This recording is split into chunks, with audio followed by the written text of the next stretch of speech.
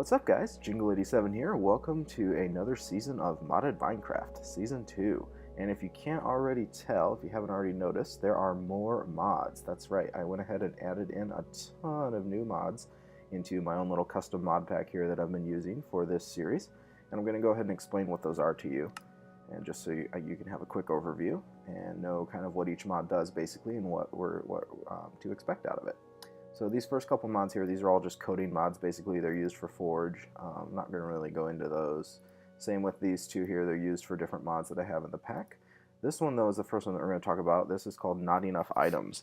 And what it does is it allows you to kind of, when you go into your inventory screen, it breaks up this section of your screen on the right over here with a list of every item in the game. It gives you a little graphic of every single item in the game, including every item from all the mod packs that you've added into. It has pretty good compatibility with most mod packs out there. And the nice thing about it too is when you see an item, if you're not sure how to make it, all you do is click on it and it gives you a crafting recipe.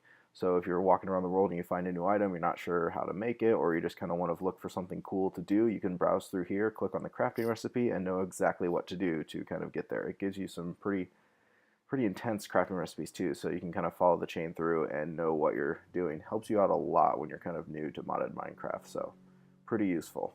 Alright, so this mod right here is another coding mod, and this one here I'm really excited about, Archimedes Ships. It is pretty sweet. With pretty simple crafting tree, you're actually able to build your own ships. You make these like balloons, I believe, and then you kind of make a helm and a couple other basic items, but you can attach that to any combination of blocks really, like cobblestone or wood or whatever, and create a ship, and then literally it'll just float into the air and you can fly it around your world or do all kinds of fun stuff with it. So I'm really excited to get into that one. This next one here is BiblioCraft, which we had before, but it has a ton of awesome items like different furniture and just all kinds of really cool items, like stuff that Minecraft really should have, I think, and it's pretty sweet that BiblioCraft puts it all in there. This next one, the coding mod, Natura, is the one that I'm adding in here because it has a couple items I'm really excited about. One is berries. I just think it's a really cool source of food to use the berries that come with this mod. But the other main reason that I'm excited about this mod is the nether furnace. And I believe what that does, if I understand it right, is it allows you to have basically be twice as efficient with a furnace. So if you put a piece of coal in, it'll burn for twice as long. And it also had some pretty cool trees and other items like that, so that one will be a pretty sweet mod to add in. But this one, this is the mother of all mods right here. This is Biomes O Plenty. It is the best mod. It's my favorite mod in all of Minecraft because it just adds in like over 80 new biomes now, I think they have.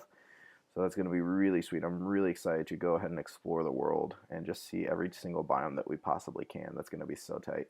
And then over here, BiblioWoods, Biomes of Plenty. It's kind of a combination between BiblioCraft and Biomes of Plenty, where it allows you to make BiblioCraft recipes using the wood that you find in different Biomes of Plenty woods, because Biomes of Plenty not only adds biomes, it also adds new items in those biomes, like new types of trees and flowers and things like that. So pretty sweet.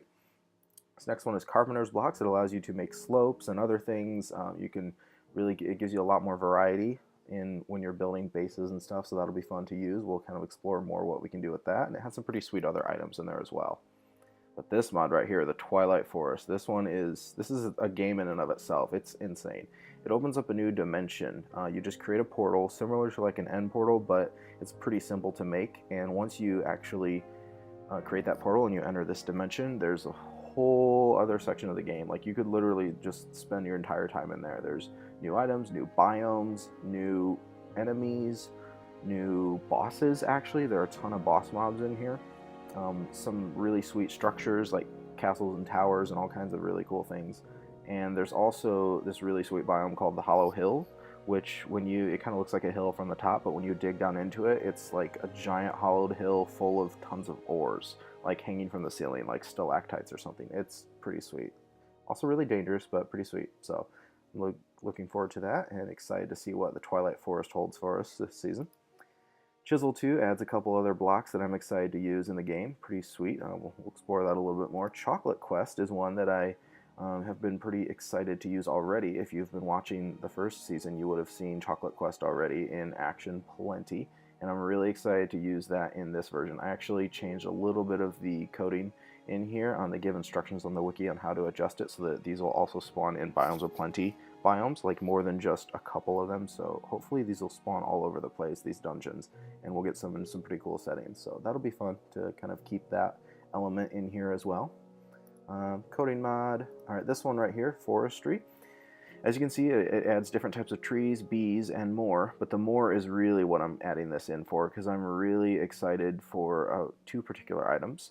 One is the miner's backpack, and the another one is the digger's backpack, which allows you to basically pick up ores and dirt and gravel and stone and stuff like that as you're mining, and it sorts it into the backpack for you, automatically picking it up and sorting it, and allows you to basically be able to cave longer and strip mine longer without having to keep coming back and dropping off your stuff in a chest or something. So really useful. I'm excited for that one.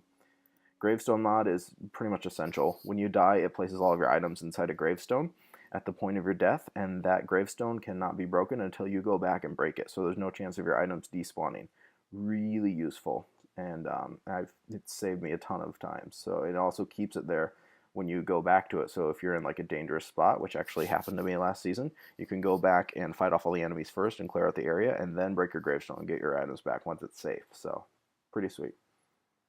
This one is another foundational mod that's used for coding of these next couple ones. This one is hats, which is pretty sweet. It adds tons of random hats on random mobs in the game, and when you kill them, you get to collect the hat, which is really awesome.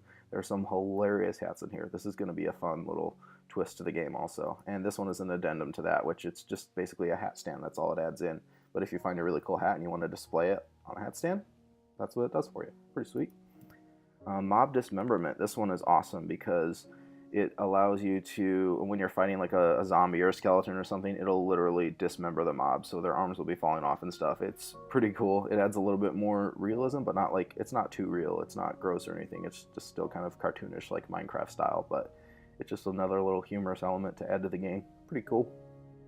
This one is another coding mod that's used for this one, OpenBlocks, and OpenBlocks adds in some pretty useful items. One of them is the hang glider. I'm really excited to use that, where we can actually travel further just by kind of getting to a really high place, and then you just kind of glide down, and it lets you, it's almost like flying. And when you use it in conjunction with another mod that I'll mention later, it makes things really interesting. The other item that this mod adds is an XP drain and an XP shower, which allows you to go ahead and step on this XP drain, and if you have extra levels, it'll actually drain your XP and convert it into liquid form, and then store it for you, so you can come back later and use the XP shower to give yourself some of that XP back. So it's a really nice way to not lose your XP if you're planning on traveling out and adventuring and you think you might die, you don't want to lose all that XP from dying, you can just store it, and then you can place it like next to an enchanting area or something and really maximize stuff, so that's pretty sweet. Ray's Minimap is pretty much essential, I feel like. It gives you a map in the corner here, allows you to set waypoints, so if you're out in the world and you find something cool, you can mark it on a map. It also gives you the option to set a death point too. So if you die and you're not sure where you were when you died, it'll give you an automatic waypoint that you can follow back to the spot of your death. Works really well with GraveStone. Pretty useful. And then Roguelike Dungeons. This is another mod similar to Chocolate Quest, which is also, Chocolate Quest was formerly known as the Better Dungeons mod. So that one, again, combined with Roguelike Dungeons, gives you these randomized dungeons throughout your world that have progressive levels of difficulty as you get further and further in, but they have awesome loot as well. So I'm really excited to get into some of these mods as well. Thermal Foundation is, of course, a foundational mod that is used for thermal expansion. And Thermal Expansion adds the strong box to the game, as well as tons of other items like automation and processing of all kinds of ores and stuff like that. But the strong box is the one item that I'm particularly excited about because it allows you to basically put all of your items into a chest. And then when you break this chest, this strong box, instead of all the items spilling out everywhere as would with a normal chest, keeps all the items inside that chest's inventory. And then you can pick up the chest and put it in your inventory, and when you place it down again, it allows you to go ahead and grab all of your items from within the strongbox again. It's worked exactly like you would think a mobile chest would work. Pretty cool. And then the expansion onto thermal expansion is simply Jetpacks. And this mod is the one that I was referring to, where when you use this in conjunction with a hang glider, it allows you to, as your hang glider kind of drifts down and you start to lose altitude, you can just kind of turn your jetpack on, give yourself a little bit more momentum in the air, and you'll be able to fly around all over the place. And you're pretty much able to fly, but not like cheating flying, like just going into creative mode and flying around. So it's a little bit more, I guess, legit, I guess. It's pretty fun. If any of you guys have seen Etho's videos, he does that a lot. He uses both of these, the hang glider and the jetpack in combination. The only thing is we'll have to have a power source for it so we can keep it charged up. So that's where thermal expansion is going to come in. We're going to be able to get some sources of power and keep our jetpack kind of charged up so we can fly around and do some cool stuff. Alright, so this next mod is called Waila. It's What Am I Looking At is what it stands for. And basically it does just what it says. It tells you what you're looking at. So when you're pointing your cursor at an item like a dirt block or an ore or something like that, it'll show you on the top here what the name of that item is, as well as what mod that item came from.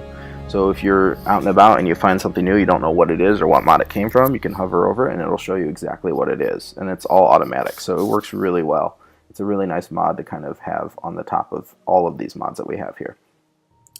And then this brings me to the final mod that we've added in, which is Tinker's Construct. And as you can read in the description, it's a little bit of this, a little of that, a lot of tinkering, and a lot of tools. So it's basically another way to kind of upgrade your tools rather than just standard enchanting. It allows you to kind of build your tools and kind of compartmentalize them and upgrade them with different functions. And there are some pretty sweet tools you can get. Like one of them allows you to mine out a 3x3 area rather than just a 1 by like a single block area. Just all kinds of things, and you can basically upgrade every tool that there is in the game, like pickaxes and shovels and axes and swords and arrows and bows and arrows and everything. So I'm really excited to use that mod as well. So that's pretty much it.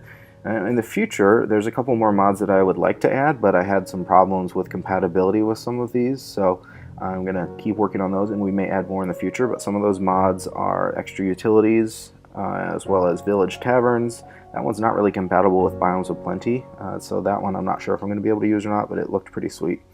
And then the Mo Creatures mod I was really wanting to get added in as well, because it provides a ton of random awesome creatures in the game, one of which was Ents. Like, that would be so awesome to be walking through your world and see Ents just walking around like that. I can't wait to see that. So a couple mods like that I'm really looking forward to adding in, as well as way down the road, once we kind of, maybe season 3 or something, once we get used to all of these mods, we'll add in Thaumcraft. I've used that one as well. It's pretty fun. A lot of magic and everything, so that'll be fun for the future as well, something to look forward to. But for now, this is the list of all the mods that we're using in this season. So feel free to check out the next episode where we're going to actually go ahead and start a new world and see what awaits us.